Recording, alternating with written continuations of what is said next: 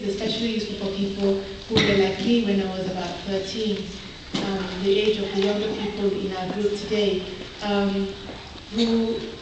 who are not sure what they're doing and who they are and what difference they can make. I was born and raised in Nigeria, which is in West Africa. Are there any Nigerians here? Check in. Hey.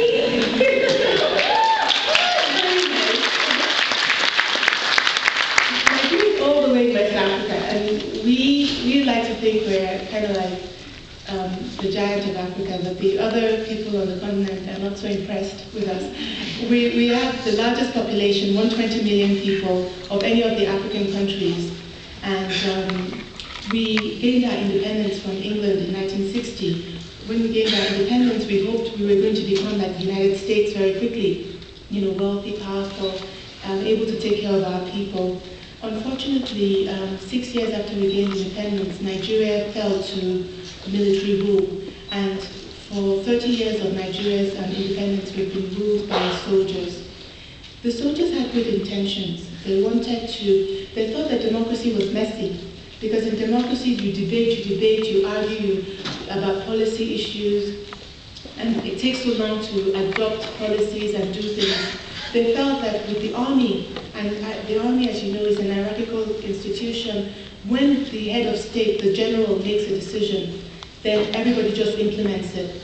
But in spite of their hopes that the military system would work well for governing Nigeria, it turned out to be a real disaster, because once the Nigerian people, once you take a decision to do A and not B, yes, the country can implement it, but if it's a mistake, there's no way to communicate that to you.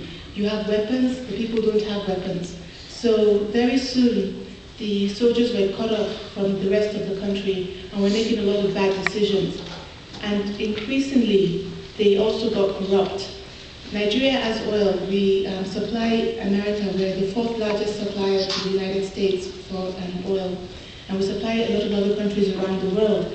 And we're making a lot of money from oil, but the government, because the people can't question them about how they use resources, has systemically stolen billions of dollars from Nigeria over the decades. So a country that should be wealthy is one of the poorest in the world.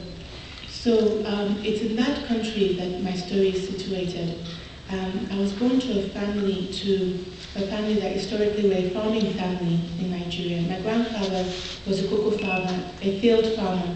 But all hope was not lost that you will be deemed a success in a society, because in Nigeria you're either a success by material means if you're wealthy, or if you have a lot of children.